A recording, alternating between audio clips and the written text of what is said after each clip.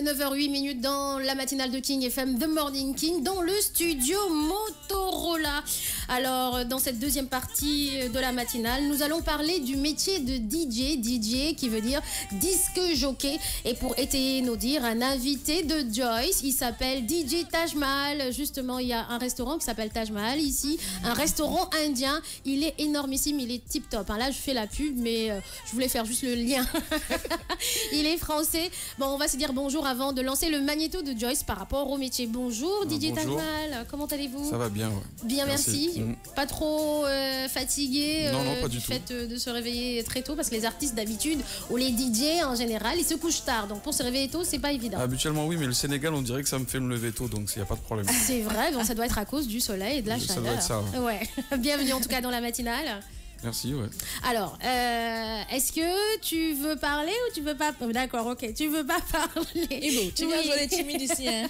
Faut dire bonjour à la King Family. Ouais, parce qu'on te voit en direct. Oui. Bonjour King Family. D'accord, ok. Bonjour Ivo, comment tu vas? Ça va? Impeccablement bien. Très bien réveillé. Alhamdoulilah, nickel. Et voilà, aussi enrhumé que moi. Eh oui, ça marche. Alors Joyce, je te laisse parler de ton magnéto, du métier du jour qui est le métier de disque jockey. Oui, effectivement, surtout par rapport à l'invité qu'on a aujourd'hui, je me suis dit pourquoi pas parler du DJ et comme ça, on aura un professionnel de la chose qui viendra étayer un peu notre magnéto et voilà notre petit speech. Donc Daouda, si tu es prêt, magnéto s'il te plaît. Un métier par jour.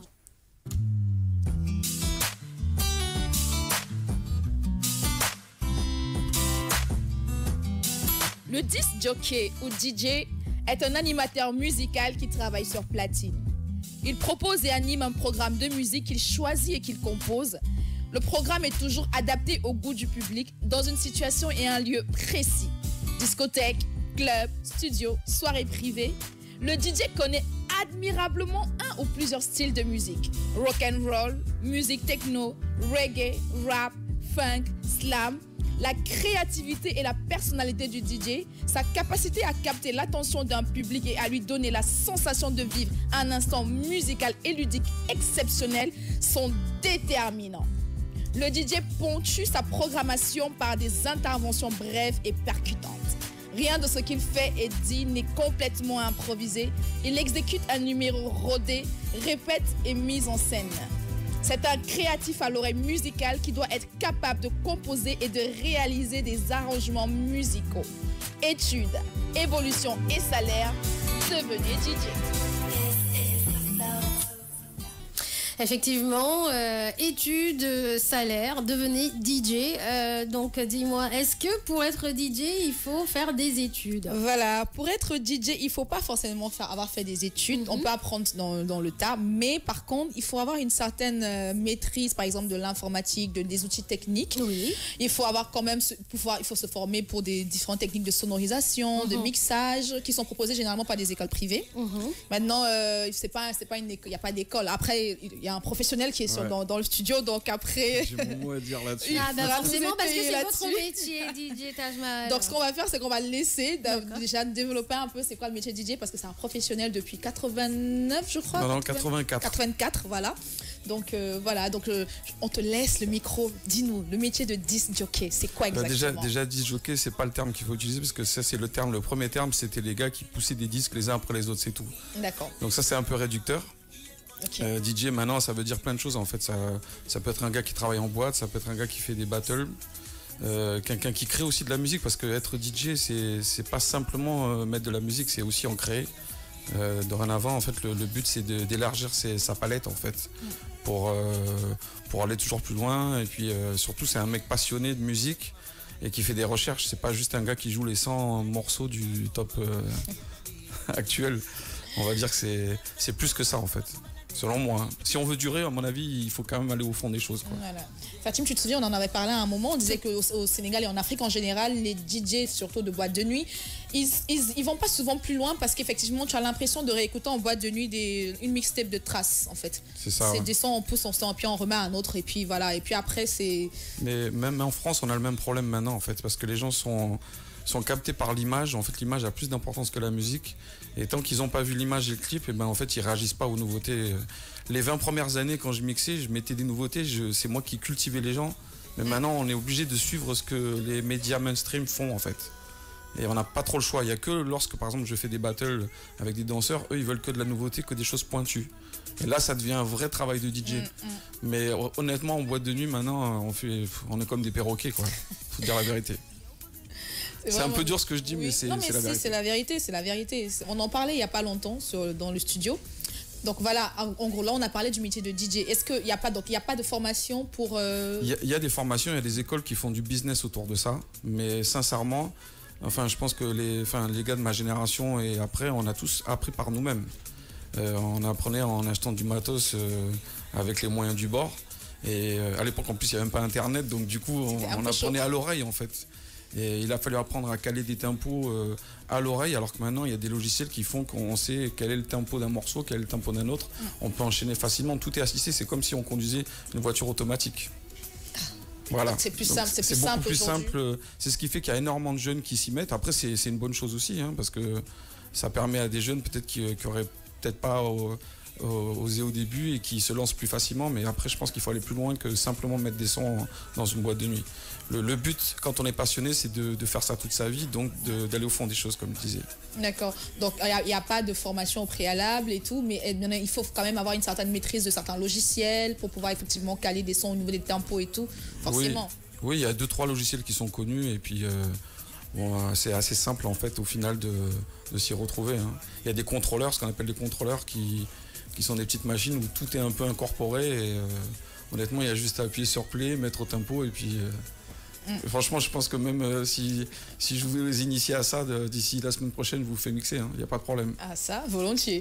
Et maintenant, quelle pourrait être l'évolution d'un DJ qui commence, il pourrait aspirer à quoi après dans l'avenir? C'est ce que je dis, c'est que il ne faut pas se limiter à l'aspect DJ, il faut aussi essayer d'apprendre à composer des sons, travailler avec des artistes, chercher une identité propre en fait, essayer de faire avancer la culture d'une certaine façon. Parce qu'en tant que DJ, on est interchangeable. J'ai vu beaucoup de jeunes qui se mettaient dedans et puis 3-4 ans après ils arrêtaient parce qu'ils étaient limités par le fait qu'ils se ressemblaient tous. Si maintenant on arrive à créer une identité propre, là on devient utile à la culture et là on peut durer. Ok, d'accord. Maintenant, est-ce que ce métier-là, est-ce qu'il nourrit son homme? Est-ce qu'il nourrit véritablement, réellement? Si on ne fait que ce métier-là, est-ce qu'il nourrit son homme? En fait, pour ma part, quand j'ai démarré, c'était compliqué parce qu'il fallait acheter des disques, ça coûtait une fortune, les disques vinyles. Donc je me privais des fois même de manger pour acheter des disques. On n'arrivait pas à gagner vraiment de l'argent parce que tout ce qu'on gagnait, on l'investissait dans des disques. Maintenant, c'est différent parce qu'avec le logiciel et l'ordinateur, la plupart du temps, les sons qu'on prend, ils sont plus ou moins piratés sur le net. Donc du coup, ce qu'on gagne en argent lors d'une soirée, on peut vivre avec.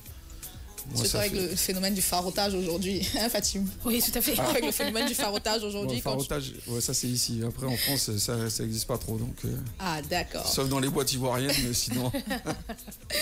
Donc en gros voilà, hein, un professionnel vous a parlé du métier de DJ et on a dit qu'il ne fallait pas se limiter seulement à ce stade-là, il fallait penser à évoluer, se transformer, se faire, se parfaire, se refaire comme on dit.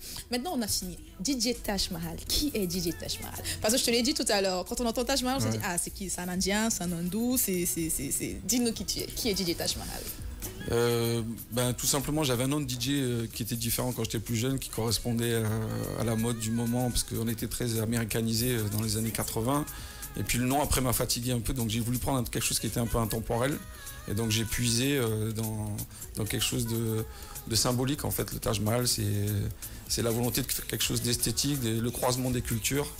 Et voilà, il y avait une portée un peu philosophique, c'est ce qui me plaisait. Je me suis dit, au moins, je sors du cadre simplement hip-hop et ça me permet de faire d'autres choses parce que sinon, on se met facilement des étiquettes et après, on est coincé dans un nom. Donc, je me suis dit, avec ça, je peux faire ce que je veux, je peux faire du hip-hop, je peux faire de la soul, du funk, enfin n'importe quoi. Je peux même faire de la musique africaine si j'ai envie.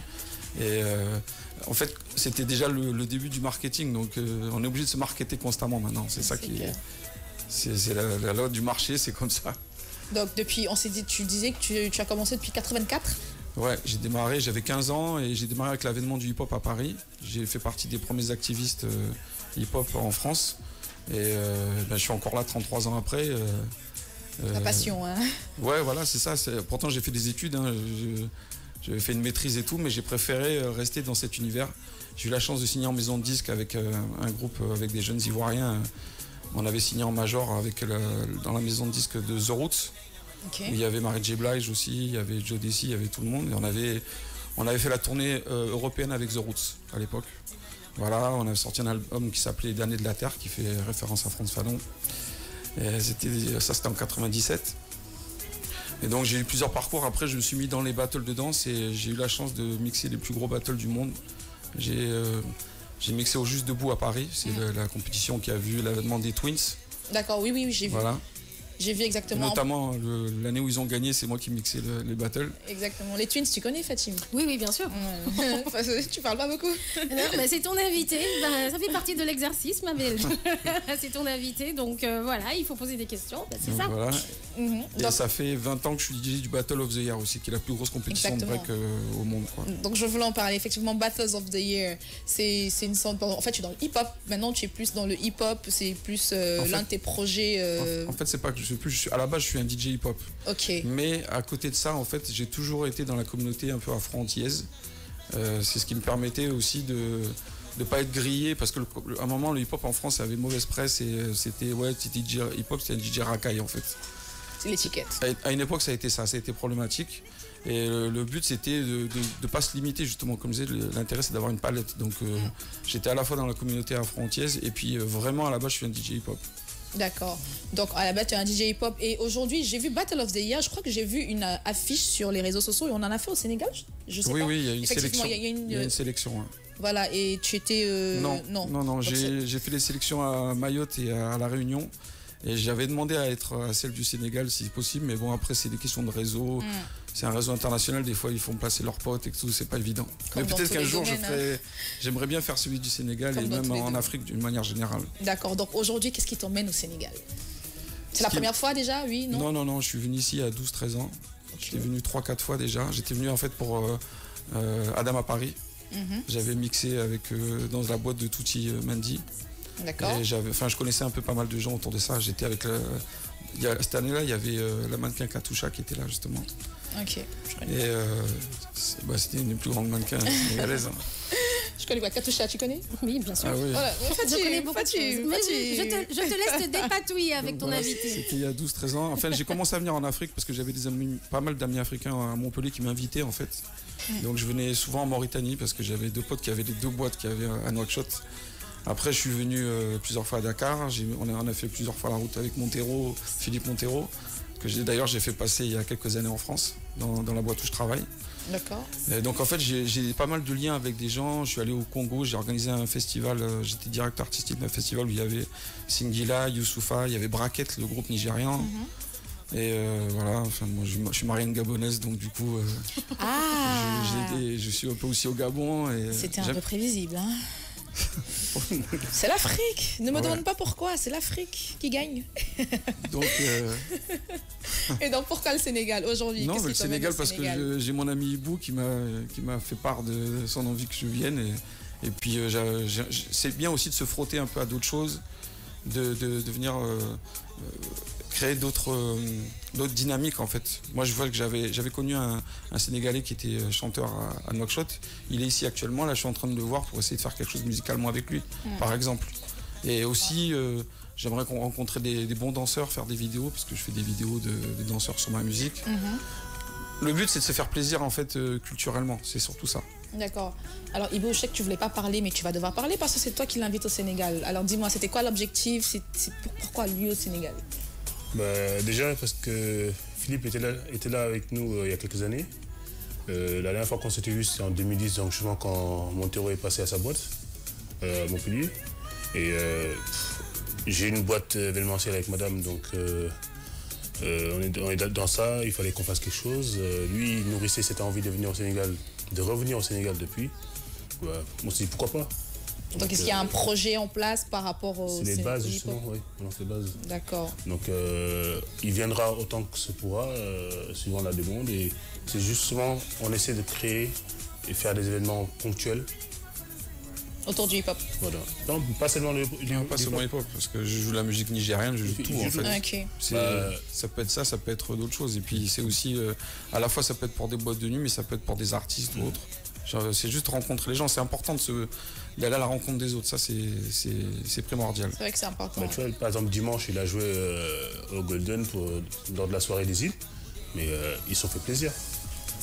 D'accord. Et donc, et il n'est pas seulement DJ, en fait, il est producteur. Oui, j'en venais parce qu'effectivement, en plus des battles, des hip-hop et tout, je veux que tu as fait de la musique aussi pour des films.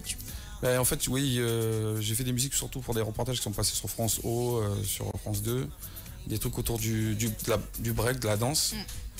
J'ai fait, là, je suis en contact avec un gars qui sort un film l'année prochaine autour de la danse, et notamment du break aussi. Et je suis allé le voir et donc j'ai essayé de partager mes musiques et de travailler avec lui. Et le but, c'est ça, en fait, c'est de faire connaître son travail et puis d'aller vers les gens qui sont susceptibles d'apprécier et de partager ce travail sur leurs œuvres. Est-ce que toi, tu es un peu danseur? Tu as été danseur? J'ai été danseur, j'ai été danseur. Donc tout s'explique. Voilà.